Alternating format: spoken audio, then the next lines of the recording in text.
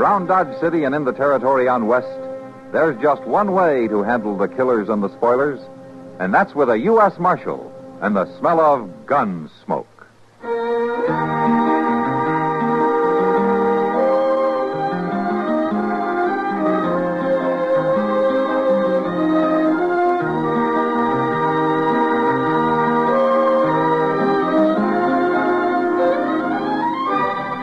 Gunsmoke, starring William Conrad. The story of the violence that moved west with young America. And the story of a man who moved with it. I'm that man. Matt Dillon, United States Marshal.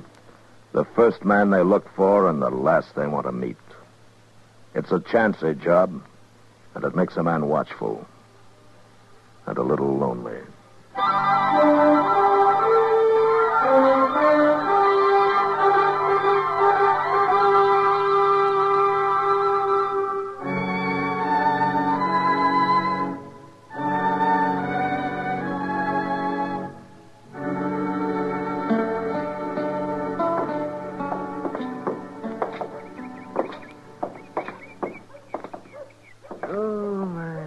Why don't we take the day off tomorrow, Matt? See if we can shoot us a deer. Oh? That's not a bad idea, Doc. Looks like we might get a light snow tonight. Make it easy to track them. You couldn't track a three-legged buffalo in a box, can you? Oh, is that so? Well, let me ask you, who tracked that antelope we shot just before Christmas? It wasn't an antelope, it was a deer. Yeah, well, that's not the point. And you didn't track it. Chester did. Hey, you want to stop in the office for a while? Darn right I do. Matt, I recollect that antelope just like it was yesterday. Deer, Doc. Morning, Chester. Oh, dear. Yeah, that fella's back there waiting to see you, Mr. Dillon. Oh, Morning, Marshal. hello, Burke. I thought you were back in Washington. I was. Come in on a train last night. Got a job for you, Marshal. Is that so? Yeah, there goes our hunting trip. What's he saying? You know Doc, don't you, Burke? Yeah, we've met. Yeah, sure is, Matt. I've been warning him for years about that blasted temper. You just mind your own business. Hey, look at him right now. You see veins swelling up in his neck, face getting red as a beet. So help me talk at him, Doc. Keep on like that, Bert Krager. One of these days I'll make a coroner's fee off of you. You mark my words now. Well, I didn't come here to listen to the half-baked opinions of some broken-down old quack. Now, wait a minute. You Now, just... both of you, wait a minute. Doc, you quit trying to drum up business. Well, What's the job, Burke? These papers ought to explain it pretty well. Oh, let me see them. That's what I've been doing back in Washington. And I don't mind telling you, it gives me a lot of satisfaction when I finally got them to issue them papers. Court ordered a United States Marshal in Dodge City, Kansas for service of eviction notice. Yeah, look at the second one, Marshal. It took me pretty near 3 years to get justice done. Eviction order from Federal Lands Commission, Washington, D.C. to one Sloat Carson. Yep, I'm finally getting them off my... Guilty of illegal homesteading a portion of the Krager Ranch located in Section 246 Township. I see. Are, you sure that this is justice, Burke? You got the papers right there in your hand, Marshal. It was issued according to law. I was talking about justice, not law. You aiming to separate the two, are you? How much range are you running now, Burke? Just over 30,000 acres. Uh-huh. And Sloat Carson's got a measly 360 acres in that homestead. Is it going to break you to let him go on farming it? That's got nothing to do with it. The law has decided the land's mine. It's your job to get him off it. You've been driving yourself for 10 years now, Burke, without a let-up. You got every inch of land between Briar Ridge and Walnut Creek, except for this piece that Sloat's living on. And I got it, too, now, once you serve that order. Why? What do you have to prove, Burke? It's what I have proved, Marshal. That I'd own the whole valley someday. Every last foot of it. And with Sloat Carson out, I do own it. I gone along all these years keeping the old name Blue Sage Valley. But now that I own it complete, I'm changing that name, Marshal. It's the Krager Ranch now. From here on out. Yeah, from here on out won't be very long if you up and bust a blood vessel. So my son's named Krager, too, I'll remind you. Burke. Sloat's put a lot of work into that place of his. You sure you won't think it over? You got them papers, Marshal. It's your duty to serve. All right, I'll serve him. I got no choice. And I bid you all good day.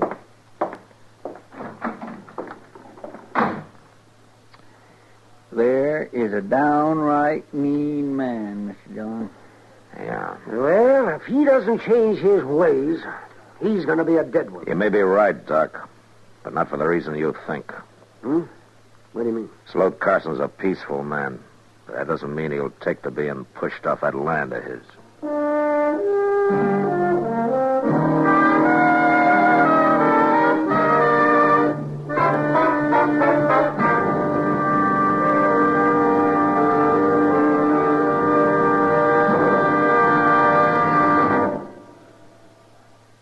Hello, this is Marvin Miller with another page from your American Heritage scrapbook.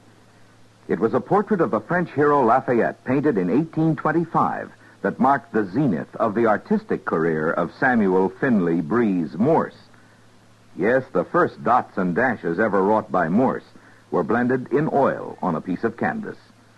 But lack of funds forced him to abandon his art studies in London, and he accepted America's first professorship of fine arts at the University of New York City. While at the university, he lived in the Tower Garret, and it was there that he experimented with wires and batteries, hoping for an inventive success that would free him financially so he could contribute to the arts of America. Even while conducting his electrical experiments, Morse tried to make his art a paying proposition, but without success. In 1837, he put aside his brushes and constructed the first working model of his telegraph. Symbolically, he used one of his wooden canvas stretchers in the process. His promising career as an artist was sacrificed. Yet he performed perhaps a greater service to mankind in another way. Samuel Morse became one of the world's great inventors.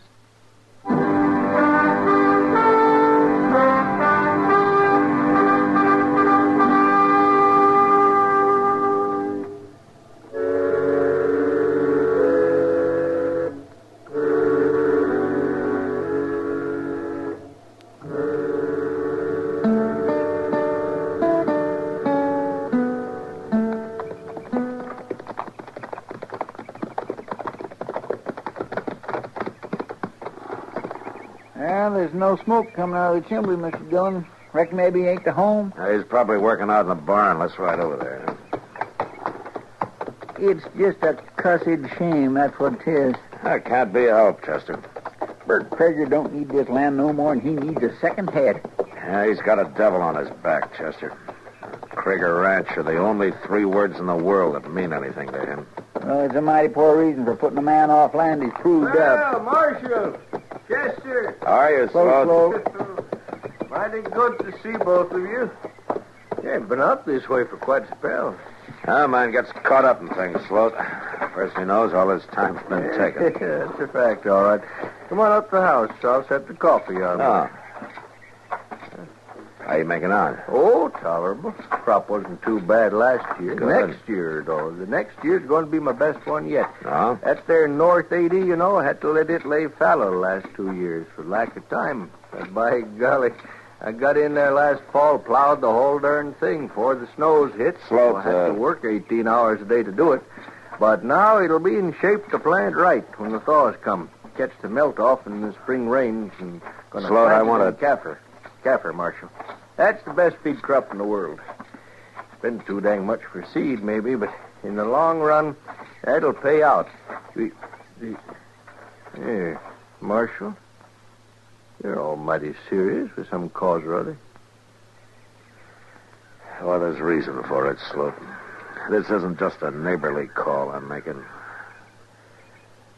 Bert Krieger just got back from Washington yesterday. That's so. I guess you know what he was doing. Oh, same thing he's been trying to do for 3-4 years now. Steal my land away from me. Yeah. Well, he's finally done it. What? I got an eviction notice with me and an order from the Land Commission to serve it on you. I don't believe it. You're joking, Marshal? I wish I was, Sloat. I'm sorry. Well, nobody can grab a man's farm away from him. After he's put his sweat and blood, his whole heart into The it. order gives him a right of prior occupancy. But he never run a head of stock on this ground when I filed on it. There's nothing I can do about it, Sloat. Don't them fellas back there even care about my side of it? Don't they even want to hear my story? And according to the order, they notified you by mail. Oh, I got some kind of papers through the post. I couldn't tell what they was all about. I just figured it was some more of Bert Krager's shenanigans, some kind of bluff. It wasn't bluff, Sloat. Mr. Dillon? And them papers said come to a hearing in Washington. Now, where'd I get the money to go to Washington? I don't know, Sloat, but the court's decided. Mr. Dillon, here comes old Krager's son. What? Crowdy Krager coming here? Now, you just take it easy, Sloat. Morning, gentlemen. How are you, Crowdy? Ain't you Kragers done enough? What'd you come here for? Maybe I come to undo some of it, Mr. Carson, if it ain't too late. I'm aiming to undo it myself, Crowdy.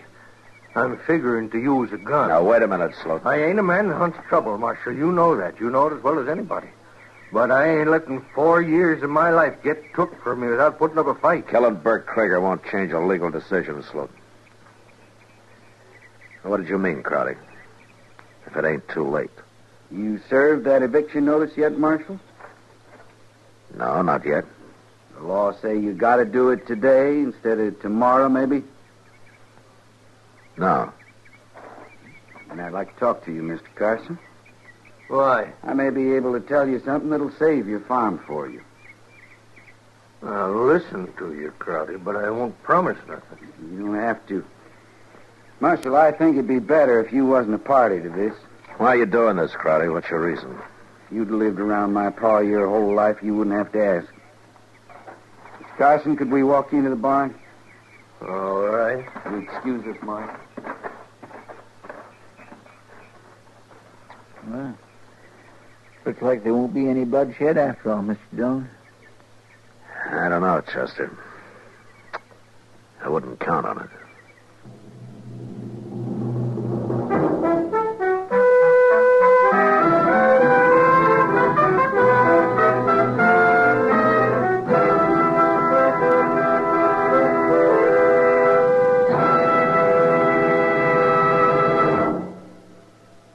Another visit with Joe and Daphne Forsythe. Joe, honey. Uh-huh. Joe, darling, put down the paper. I've got something important to ask you. Okay. Joe, All right, what? how many savings bonds do we have? What kind of a question is that? A good one. How many? I'm not sure. I'd have to count. And I'm reading the paper. Now, what do you want to know for? Have we got enough to make things comfortable for us? Very comfortable. That's why I buy on a payroll savings plan. A bond a month will give us quite a nest egg for the future. Enough for a college education? Eventually. But who's going to college? Our children, silly. We don't have any yet. Oh? What do you mean? Oh? Better buy some more bonds, honey. Daphne, you mean... We've got a new investment. How about that?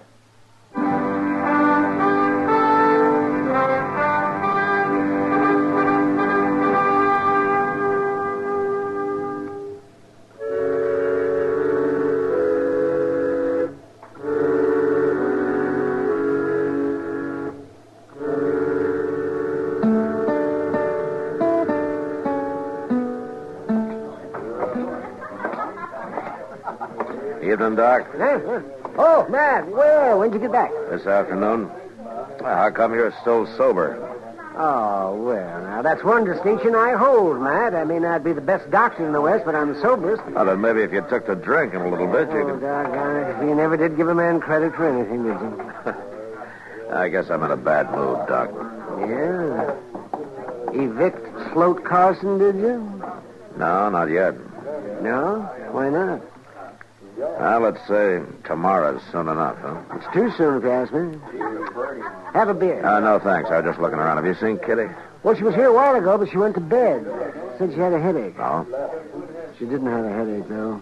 I know Kitty. She just wanted to get out of here for one night. Well, I can't blame her much.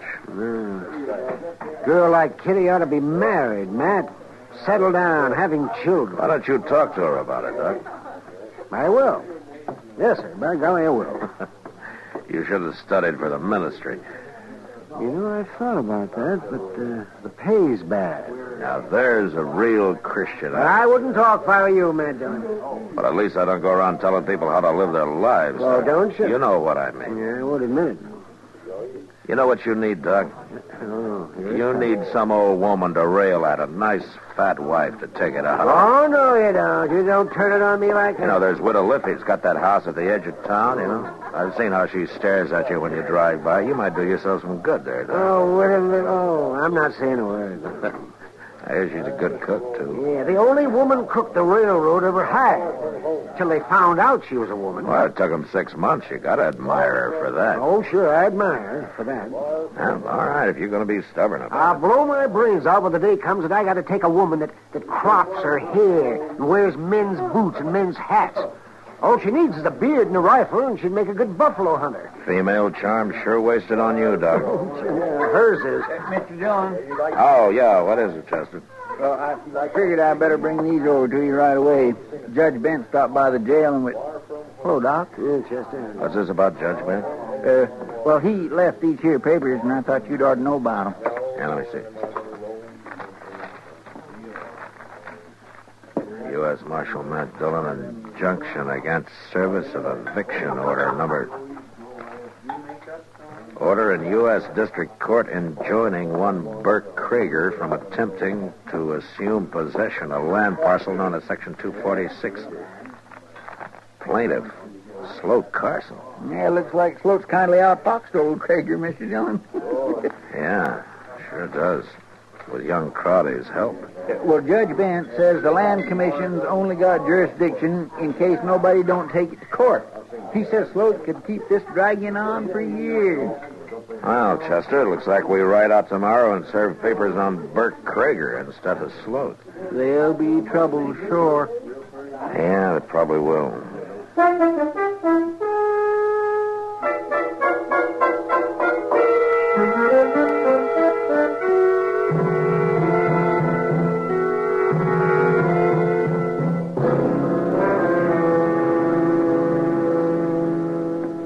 Come in, Marshal. Chester. Thanks, Burke. Come on in, Sad. Maybe I can rustle up a pot of coffee. No, don't bother. We're not going to be here long. Well, I'll take a minute. There. You served them papers on Sloat Carson, did you? No. What? Why not? As a matter of fact, Burke, we're here to serve some papers on you. What the thunderation you talking about? Judge Bent issued this late yesterday afternoon. You better take a look at it here. What's that old fool doing poking his nose into my business? What's this? It's pretty clear if you read it. I don't have to read it. I know what it is. The only blasted way in the world Carson could have beat me, and he stumbled onto it. In case you're interested, Judge Bent handed down our ruling at the same time to prevent me from serving the eviction notice. Then I'll run him off. I'll take a gun to him. I wouldn't advise that you try that, Burke. Marshal? Chester? Good morning. How are you, Crowley? What's the trouble, Pa? Trouble. 10 years, that's the trouble. For 10 years I've fought for this valley, foot by foot. And when I get it right in my hand, the last square inch of it, the Krieger Ranch, this fool Sloat Carson blunders onto the one way of blocking me. He didn't blunder onto it. I told him about it. You what? I told him about that loophole in the Land Commission's order. You mentioned it one time, you remember? Are you sneaking young whelp? Here now, you know what Doc said about you getting I'll mad. have the hide off your back. I'll beat you till you scream to have a bullet put in your head. Burke, Stand back, Marshal. put down that horse. I'll cut the daylights out of you. You hurt me, Burke. You yellow cur. Pump out. Mr. Krieger.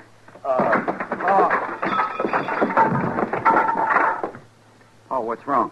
Here, wait a minute, Crowley. Let me have a look at it. What happened to him? We got to get Doc out here right away. It's no use, Crowley. He's dead. Dead? Doc said it was going to happen like that if he didn't stop losing his temper. But he can't be dead. I didn't mean for this to happen. It wasn't your fault, Crowley. You were trying to do the right thing. It was your father who was doing wrong. I can't even claim that excuse, Marshal. I didn't care what happened to Sloat Carson. I was just trying to hit back at Pa for all the years he bullied me. I don't guess he was easy to live with. But I didn't aim to do this. I just didn't. I'll send Doc out when we get back to town and make out his coroner's report. I'll break this ranch up and sell it off, every foot of it. I guess we'll be riding, Crowdy. Krieger Ranch. I'll blot that name out if it's the last thing I ever do. Come on, Chester. Krieger Ranch. I'll show him how long that name will last. In 2 years, nobody will ever remember.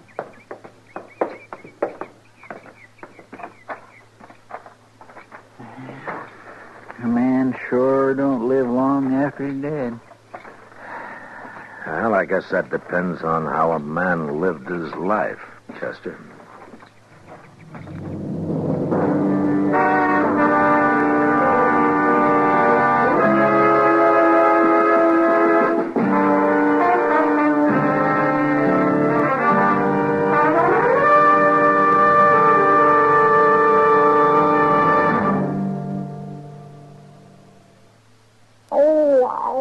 What's the matter? Oh, my wife has a toothache. Your wife has a toothache and you're moaning? Well, she hit me when I complained about her yelling. Well, why didn't she go to a dentist?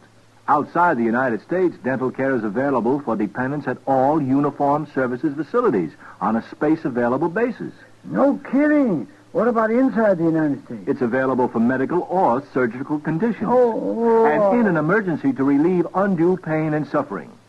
How are they on a broken jaw? For more on Medicare, get the pamphlet Dependents, Medical Care Program.